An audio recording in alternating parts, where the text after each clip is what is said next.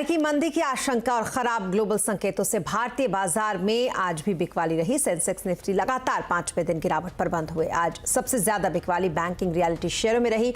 FMCG, auto, IT share पर आज दबाव रहा। जानते हैं बाजार का पूरा हाल सुमित से। सुमित, सबसे पहले बताइए बाजार में सेक्टर्स का आज किस तरीके का हाल रहा, किस सेक्टर्स में किस तरीके की तेजी और सुस्ती? देखिए, आज शुरुआत में भले बाजार में तेजी थी, लेकिन सेकंड हाफ तक आते आते मार्केट की तेजी फिजल आउट हुई और तेज बिकवाली के साथ जाकर डे लो पर बंद होता हुआ दिखाई पड़ा। इनफैक्ट 17,000 के नीचे निफ्टी आज पहुंचता हुआ दिखाई पड़ा। निफ्टी के टॉप गेनर्स में शुमार रहा अदानी एंटरप्राइजेज। एकाएक तेजी आई, 6% की तेजी। अदानी पोर्ट 3.5% ऊपर। एशियन पेंट बढ़िया तेजी, 3% का उछाल यहां आता हुआ दिखाई पड़ा। और टाटा स्टील करीब 2% की तेजी यहां देखने को मिली। निफ्टी के गिरने वाले शेयरों में भारतीय एयरटेल 2% नीचे, इंडसइंड बैंक करीब 2% नीचे, रिलायंस इंडस्ट्रीज 2% नीचे और एसबीआई 1.5% के आसपास की बिकवाली यहां आते हुए दिखाई पड़ी।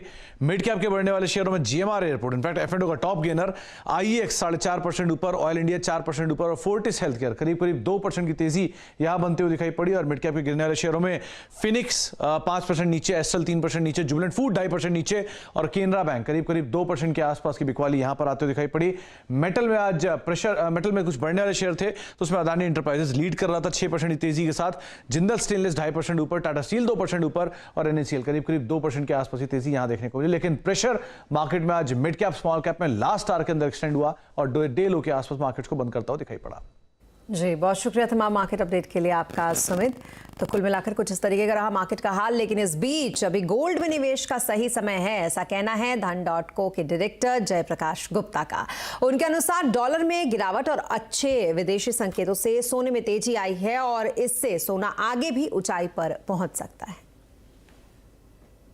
गोल्ड मुझे लगता है आउट परफॉर्म अभी और कर सकता है। न्यू लाइफ टाइम हाइज बन सकते हैं इंडियन मार्केट्स में। देखिए, अगर आप दोनों तरफ से देखें, अगर यहाँ पे इंटरेस्ट रेट पॉज भी होता है तो वो भी गोल्ड के लिए बेनिफिशियल रहेगा। और यहाँ पे इंटरेस्ट रेट हाइक होता है तो प्रोबेबिलिटी बहुत ज्यादा है कि यूएस में और सारे बैंक्स और फाइनेंशियल सिस्टम्स एक्सपोज होंगे इस तरह के जो रन टू द बैंक हम लोगों ने देखने को मिला एसवीबी में। हालांकि बैंकिंग शेयरों में सावधानी से निवेश करें, ऐसा कहना है एलेक्सायर इक्विटीज के डायरेक्टर दीपन मेहता का। उन्होंने आगे ये भी कहा कि भविष्य में बैंकों के मार्जिन पर दबाव रह सकता है, इसलिए बैंक नेगेटिव रिटर्न दे सकते हैं। कि उनकी जो नेट इंटरेस्ट मार्जिन है और नेट इंटरेस्ट इनकम है उसके ऊपर असर आ सकता है, because all banks are competing very heavily for generating resources, savings हो या फिर tapping the debt market. I think उनको कंस्ट्रेंट्स अभी बैंकिंग सेक्टर की constraints are more to do with raising resources, raising the liability side. Asset side पर कोई issue नहीं दिख रहा है। The book is generally good for the entire banking sector, ऐसी कोई खास एनपीएस है नहीं और लोन की डिमांड जो है वो भी बहुत बढ़िया है, जिसकी वजह से एक्चुअल इंटरेस्ट इनकम बढ़ सकता है, फी बेस्ड इनकम भी बढ़ सकती है।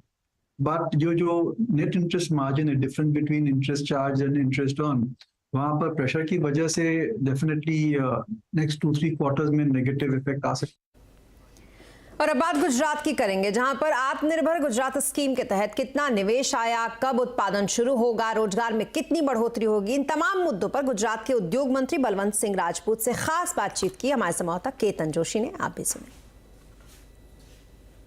गुजरात के उद्योग मंत्री बलवंत सिंह राजपूत इस वक्त हमारे साथ है। आइए हम उनसे जानते हैं कि उद्योग को बढ़ावा देने के लिए क्या क्या कदम उठाए।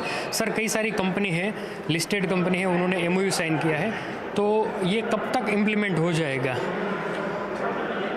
गुजरात में कल 16 एमओयू हुआ है और 24-25 में सब लोग प्रोडक्शन में आ जाएंगे।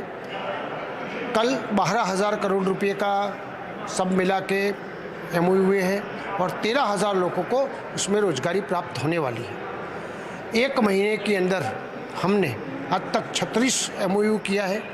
67,000 करोड़ से भी ज़्यादा यहाँ लोग रोकान करने वाले हैं और 2 साल में काफ़ी लोगों को रोजगारी भी प्राप्त होने वाली है। सर, खासकर स्टार्टअप को बढ़ावा देने के लिए भी अभी हमने एक इनिशिएटिव लिया है, तो वो क्या है और उससे स्टार्टअप को कैसे बढ़ावा मिलेगा?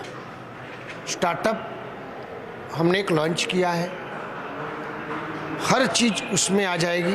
उसके साथ साथ काफ़ी लोगों की मांगनी थी कि जीआरडीसी में 130 जीआर थे, 130 जीआर को हमने कमी कर दिया है, सिर्फ 15 जीआर सिर्फ रखे हैं और ज़मीन के जो 7 जीआर थे उसको रद्द करके सिर्फ 2 GR बना दिए है। मीन्स सरल पद्धति बना दी है। मान लो आदमी एक बार ऑनलाइन एप्लीकेशन करता है तो उसकी